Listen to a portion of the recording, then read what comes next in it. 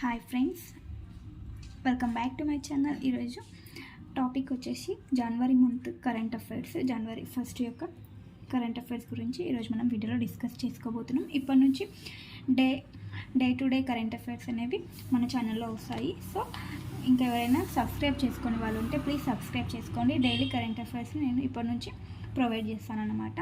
And అందరికీ happy new year. ఈ year అందరికీ బాగుండాలని కోరుకుంటున్నాను.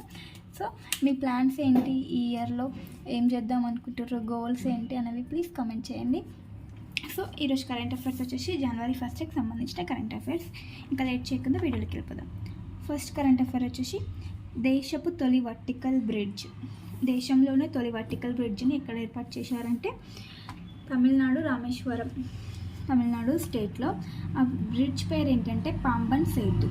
దేశంలోనే తొలి వర్టికల్ బ్రిడ్జ్ పేరు ఏంటి? పాంబన్ సేతు. ఇది తొలి వర్టికల్ బ్రిడ్జ్ అనమాట. ఇది ఎక్కడ ఏర్పాటు చేశారంటే తమిళనాడు స్టేట్లో, రాష్ట్రంలోని రామేశ్వరం జిల్లా మండపం నుంచి బంగాళాఖాతంలోని రామేశ్వరం దీవిని అనుసంధానిస్తుందన్నమాట. ఈ బ్రిడ్జ్ ఎక్కడి నుంచి? రామేశ్వరం జిల్లా మండపం నుంచి బంగాళాఖాతంలోని రామేశ్వరం దీవిని ఈ బ్రిడ్జ్ అనేది కలుపుతుంది, కనెక్ట్ చేస్తుంది అన్నమాట.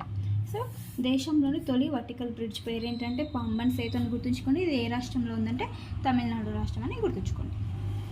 నెక్స్ట్ వచ్చేసి ఇంపార్టెంట్ సమ్మిట్ అండి, వేవ్స్ సమ్మిట్ 2025. వేవ్స్ సమ్మిట్ 2025 ఇది ఎక్కడ జరగబోతుంది? 2025 అంటే మన భారతదేశంలో న్యూఢిల్లీలో జరగబోతుంది ఈ సమ్మిట్ అన్నమాట. చాలా ఇంపార్టెంట్. ఫస్ట్ టైం ఈ సమ్మిట్ అనేది జరగబోతుంది. ఇదే ఫస్ట్ సమ్మిట్ అన్నమాట. దీనికి సంబంధించి మన ఇండియాలో జరగబోతుంది. మన భారతదేశం ఆతిథ్యం ఇవ్వబోతుంది. సో వేవ్స్ అంటే ఏంటంటే దీన్ని చూద్దాం. World audio visual and entertainment summit అనమాట. వేవ్స్ అంటే ఏంటి? World audio visual and entertainment summit. అంటే ఇది వినోద రంగాలకి, మీడియాకి సంబంధించిన సమ్మిట్ అనమాట. సో దీని యొక్క థీమ్ వచ్చేసి come sail with us. Theme వచ్చి కమ్ సేల్ విత్ అస్ దీని యొక్క థీమ్. సో ఇది ఎప్పుడు, ఈ ప్రోగ్రామ్ ఎప్పుడు ఉంటుందంటే ఈ సమ్మిట్ యొక్క డేట్ వచ్చేసి ఫిబ్రవరి మంత్లో జరగబోతుంది. ఈ సమ్మిట్ 5th నుంచి 9th వరకు ఫిబ్రవరిలో జరగబోతుంది 2025. గుర్తుంచుకోండి. ఎక్కడ అంటే ప్లేస్ భారత్ మండపం, న్యూఢిల్లీలోని భారత మండపంలో ఈ సమ్మిట్ అనేది జరగబోతుంది, వేవ్ సమ్మిట్. సో దీని యొక్క స్పెషాలిటీ ఏంటో చూద్దాం.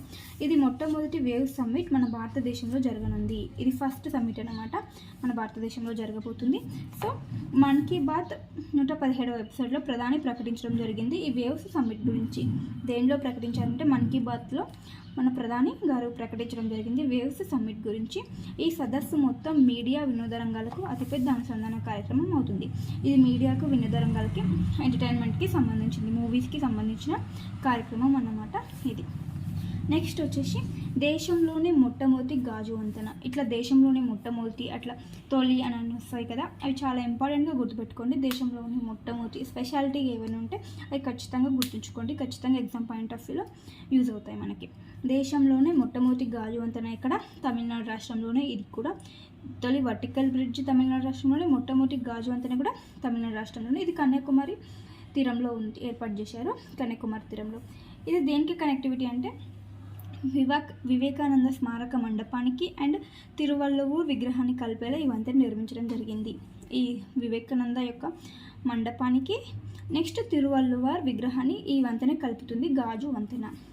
సో ఈ గాజు వంతెన యొక్క పొడవు ఎంత అంటే 77 మీటర్ల పొడవు, 10 మీటర్ల వెడపు. దీనికైన ఖర్చు వచ్చేసి 37 కోట్ల ఖర్చు రావడం జరిగింది. సో ఈ తిరువళ్ళూరు విగ్రహ ప్రతిష్టాపన వచ్చేసి 2000 సంవత్సరంలో ఈ విగ్రహాన్ని ప్రతిష్ఠించారు. సో 25 ఏళ్ళు అవుతున్న సందర్భంగా జూబ్లీ వేడుకలు అంటే సిల్వర్ జూబ్లీ వేడుకల్ని జరుపుతున్నారన్నమాట. సో జనవరి 1న ఈ వంతెనని ప్రారంభించారు. తమిళనాడు ముఖ్యమంత్రి గారు స్టాలిన్ ప్రారంభించడం జరిగింది ఈ వంతెనని. దేశంలోని మొట్టమొదటి గాజు వంతెన ఏ రాష్ట్రంలో ఉందంటే తమిళనాడు రాష్ట్రంలో ఉంది అని గుర్తుంచుకోండి. వాటిని కలుపుతుంది. కనెక్టివిటీ ఏంటంటే వివేకానంద స్మారక మండపానికి మరియు తిరువళ్ళూరు విగ్రహాన్ని ఈ వంతెన కలుపుతుంది అన్నమాట. ఇంతకుముందు ఇక్కడ నుంచి, ఈ మండపం నుంచి తిరువళ్ళూరు విగ్రహానికి వెళ్ళడానికి పడవలను యూజ్ చేసుకునేవారు. సో ఈ వంతెన కట్టడం వల్ల ఇప్పుడు ఈజీ అయిపోతుంది. సో పర్యాటక రంగం కూడా అభివృద్ధి చెందుతుందని ఈ తమిళనాడు రాష్ట్రంలో ఈ వంతెనను నిర్మించడం జరిగిందని గుర్తుంచుకోండి. నెక్స్ట్ వచ్చేసి నోరో వైరస్. ఏ దేశానికి చెందిందంటే అమెరికాకు చెందింది. వైరస్ నేమ్స్ కూడా గుర్తుంచుకోండి, ఏ దేశానికి చెందినవని కూడా అడుగుతున్నారు కదా ఇంతకుముందు ఎగ్జామ్లో. వెట్లాండ్ వైరస్ ఏ దేశానికి చెందింది అన్నట్ల. సో వైరస్ అండ్ ఏ దేశంలో వచ్చింది అనేది కూడా ఇంపార్టెంట్, గుర్తుంచుకోండి. నోరో వైరస్ ఏ దేశానికి సంబంధించింది అంటే అమెరికా దేశానికి సంబంధించింది. దీనికి మరొక పేర్లు ఏంటంటే stomach flu or stomach bug అని కూడా అంటారు ఈ నోరో వైరస్ను. ఇది ఫస్ట్ టైం ఎప్పుడు వచ్చిందంటే ఈ వైరస్ 1968లో ఫస్ట్ టైం అనేది వైరస్ రావడం జరిగింది. ఇది సాధారణమైనది అన్నమాట, మరి అంత డేంజరస్ అనేది ఏం కాదు. సో దీనిలో సింటమ్స్ ఏముంటాయి, లక్షణాలు ఏ విధంగా ఉంటాయంటే వాంతులు, విరేచనాలు, చలి జ్వరం, నీరసం, డీహైడ్రేషన్, పొట్ట ప్రేగుల్లో తీవ్రమైన మంట అనేవి ఈ వైరస్ యొక్క లక్షణాలు అనమాట, గుర్తుంచుకోండి. నెక్స్ట్ ఒకటి టినిటిస్ వ్యాధి నిర్ధారణకు చౌకైన సాధనాన్ని బాంబే ఐఐటి వాళ్ళు అభివృద్ధి చేయడం జరిగింది. టినిటిస్ వ్యాధి నిర్ధారణకు చౌకైన సాధనం అంటే తక్కువ ధరలో ఉండే సాధనాన్ని ఈ ఐఐటి వాళ్ళు అభివృద్ధి చేశారు. ఏ ఐఐటి అభివృద్ధి చేసిందని ఇంపార్టెంట్, గుర్తుంచుకోండి. ఐఐటీస్ కూడా చాలా ఇంపార్టెంట్. బాంబే ఐఐటి అభివృద్ధి చేసిందనమాట. సో ఈ టినిటిస్ వ్యాధి అంటే ఏంటంటే చెవిలో రింగుమనే మూతను కలిగించే వ్యాధిని టినిటిస్ వ్యాధి అంటారు. సో దీని నిర్ధారణకు ఐఐటి బాంబే వాళ్ళు పరికరంని కనుగొన్నారనమాట, గుర్తుంచుకోండి, సరిపోతుంది. ఏ ఐఐటి కనిపెట్టింది అనేది గుర్తుంచుకోండి, సరిపోతుంది. నెక్స్ట్ వచ్చేసి జాగ్రఫీ పాయింట్ ఆఫ్ లో ఇంపార్టెంట్ కరెంట్ అఫైర్, ఇది మాత్రం మీరు ఖచ్చితంగా గుర్తుంచుకోవాల్సిందే. భారత సముద్ర తీరం అనేది పెరిగిందన్నమాట, 11,000 కిలోమీటర్లు అయింది. ఇంతకుముందు వచ్చేసి 7,516 కిలోమీటర్లు ఉన్నాం మన సముద్ర తీర రేఖ పొడవు, ఇప్పుడు 11,000 కిలోమీటర్లకు పెరిగిందన్నమాట. 48% పెరిగింది ఏకంగా. భారత సముద్ర తీరం పొడవు ఎంత అయింది ప్రజెంట్ ఇప్పుడు ఏంటంటే 11,000 కిలోమీటర్లని గుర్తుంచుకోండి. కేంద్ర హోంశాఖ వార్షిక నివేదికలో వెల్లడించింది అనమాట. గతంలో ఎంత ఉందంటే 1970లో అప్పుడు సర్వే అంటే నివేదిక ప్రకారం వచ్చేసి 7,516 కిలోమీటర్లు ఉంటే ఇప్పుడు ఎంత ఉంది 11,000 కిలోమీటర్లు పెరిగిందన్నమాట. 48% పెరిగింది ఏకంగా. సో అప్పుడు 7,516 కిలోమీటర్లు ఉందని చెప్పాను కదా, అప్పుడు 9 రాష్ట్రాలు 4 కేంద్రపాలిత ప్రాంతాలు ఈ తీరరేఖను పంచుకున్నాయి అనమాట. సో ప్రజెంట్ అప్పుడు ఇప్పుడు ఎంత ఉందో చూద్దాం మనం. సో ఈ తీరరేఖ పెరగడానికి రీజన్ ఏంటంటే అప్పుడు వాళ్ళు స్ట్రైట్గా అంటే ఇలా ఉన్నప్పుడు వాళ్ళు స్ట్రైట్గానే తీసుకోవడం జరిగింది. 1970లో పొడవును ఎలా కొలిచారంటే స్ట్రైట్గా కొలిచారు. కానీ ఇప్పుడు ఏంటంటే ప్రతి వంపుల్ని కూడా కొలవడం ద్వారా తీరరేఖ పొడవు అనేది పెరిగిందంట, గుర్తుంచుకోండి. సో స్టేట్స్ ఒక తీరరేఖ పొడవులు ఏంటో చూద్దాం. గుజరాత్ ఇప్పుడు ఎంత ఉందంటే 2,340 కిలోమీటర్ల తీరరేఖ పొడవును కలిగింది. మహారాష్ట్ర వచ్చేసి 877 కిలోమీటర్ల తీరరేఖ పొడవును. గోవా వచ్చేసి 193. ఇది ప్రజెంట్ తీరరేఖ పొడవు, ఇది 1970లో తీరరేఖ పొడవు అనమాట, గుర్తుంచుకోండి. అంటే ప్రతిదాన్ని పెరిగింది తీరరేఖ పొడవు అన్నమాట. గోవాది వచ్చేసి 193.95 కిలోమీటర్లు. కర్ణాటకది వచ్చేసి 343.30 కిలోమీటర్లు పెరిగిందనమాట. కేరళ వచ్చేసి 600కి తీరరేఖ అనేది పెరిగింది. తమిళనాడు వచ్చేసి 1,068 కిలోమీటర్లకు పెరిగింది, 906 ఉంటే. ఆంధ్రప్రదేశ్ వచ్చేసి గుర్తుంచుకోండి, ఆంధ్రప్రదేశ్ 1,053 కిలోమీటర్లు పెరగడం జరిగింది. ముందు 973 అనేది ఉంది. నెక్స్ట్ వచ్చేసి ఒడిషా యొక్క తీరరేఖ పొడవు ఏంటంటే 574.71 తీరరేఖ పొడవును కలిగి ఉంది. నెక్స్ట్ వచ్చేసి పశ్చిమ బెంగాల్ 721 కిలోమీటర్ల తీరరేఖ పొడవును కలిగింది. డయ్యూ డామన్ దీవు, పుదుచ్చేరి, కరక్కల్ ఇవన్నీ కలిపి 54 కిలోమీటర్ల తీరరేఖ పొడవును కలిగి ఉంది. యానం, మాహి, లక్షద్వీప్, మినికాయ్ దీవులు వచ్చేసి 42.65 కిలోమీటర్ల తీరరేఖ పొడవును కలిగి ఉంది. నెక్స్ట్ ఐలాండ్స్ వచ్చేసి 144.80 కిలోమీటర్ల తీరరేఖను పొడవు కలిగి ఉందన్నమాట. నెక్స్ట్ అండమాన్ నికోబార్ దీవులు వచ్చేసి 3,083 కిలోమీటర్ల తీరరేఖ పొడవును కలిగింది. యావరేజ్ టోటల్గా చూస్తే 11,098.81 కిలోమీటర్ల తీరరేఖను కలిగి ఉందన్నమాట. మన భారతదేశ సముద్ర తీరం ఎంత ఉందంటే గుర్తుంచుకోండి, ఇది చాలా ఇంపార్టెంట్.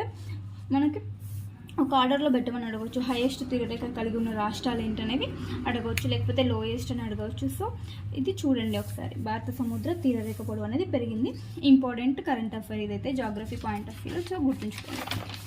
నెక్స్ట్ వచ్చేసి శత ప్రయోగానికి సిద్ధమవుతున్న ఇస్రో అంటే 100వ ప్రయోగాన్ని చేపడుతుందన్నమాట. మన ఇస్రో జనవరిలో చేపడుతుందన్నమాట 100వ ప్రయోగం. సో 99వ ప్రయోగం ఏంటంటే ఇంతకుముందు పిఎస్ఎల్వి C60 ప్రయోగాన్ని చేపట్టింది కదా డిసెంబర్లో, అది 99వ ప్రయోగం పిఎస్ఎల్వి C60.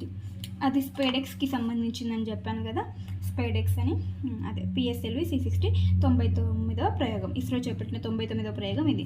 సో 100వ ప్రయోగం ఏంటంటే GSLV F-15 are NVS 02.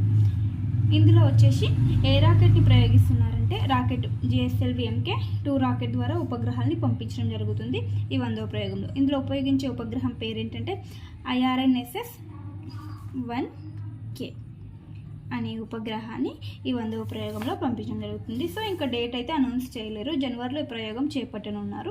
So మళ్ళీ ఇంకోసారి డేట్ అనౌన్స్ చేసిన తర్వాత మళ్ళీ ఇంకోసారి డిస్కస్ చేద్దాం ఈ 100వ ప్రయోగం గురించి.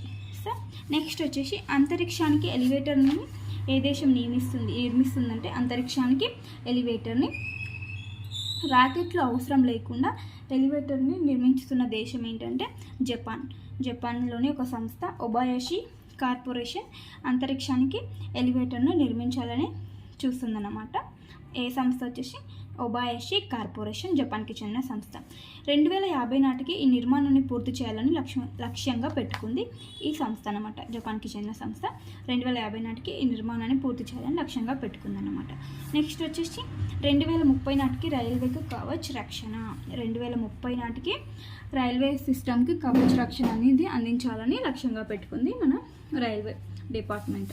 సో 2022లో ఈ కవచ్ వ్యవస్థని స్టార్ట్ చేశారన్నమాట. మొదటి దశ అయిపోయింది విజయవంతంగా. ఇప్పుడు రెండవ దశని స్టార్ట్ చేస్తారనమాట.